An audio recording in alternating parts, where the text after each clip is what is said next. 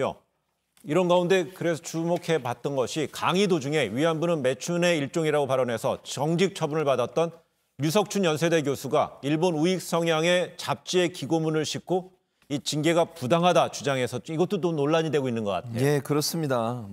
우리나라 대학의 교수라는 분이 이런 걸 썼다는 게 참 충격적이라는 생각이 드는데요. 일본의 월간지 하나다라고 하는 월간지 8월에 기고문을 실었습니다. 그 기고문의 내용이 본인의 기존 주장과 거의 일맥상통합니다.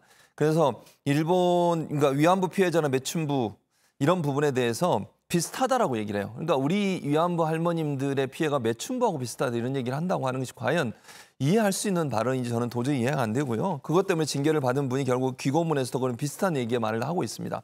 뭐라고 얘기하고 있냐면 일본이 징용 피해자들이나 아니면 이제 위안부 할머님들 같은 경우에 강제로 끌려간 것이 아니라 본인들이 돈을 벌기 위해서 갔고 위안부 할머님들 같은 경우에는 돈을 벌게 해주겠다는 말에 속아서 결국 일본으로 건너갔다 이렇게 주장을 하고 있습니다.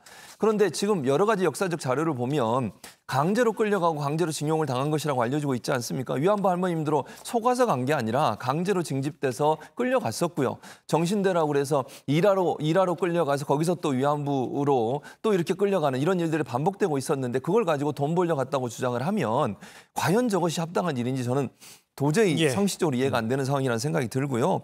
또 하나 이해가 안 되는 주장 중에 하나가 뭐냐면 한국 쌀을 일본이 빼앗아간 것이 아니라 돈을 주고 사갔다고 주장을 하고 있습니다. 역사적 사실은 그것이 아닌데 그렇게 주장하는 모습을 보면 이분이 갖고 있는 이 생각과 어떤 가치관이 역사적 진실과 사실에 과연 근거하고 있는 건지 본인은 그렇게 주장할 수 있을지 모르겠지만 많은 역사적 자료들과 사료들을 보면 일본이 우리를 강제로 억압을 했고 그 과정에서 징용 피해자, 위안부 할머니 피해자가 발생했고 그들의 인권이 유린됐다는 사실을 부인하는 것 그 자체가 우리 국민을 화나게 하는 그런 상황이 아닌가 이런 생각이 듭니다. 예, 알겠습니다.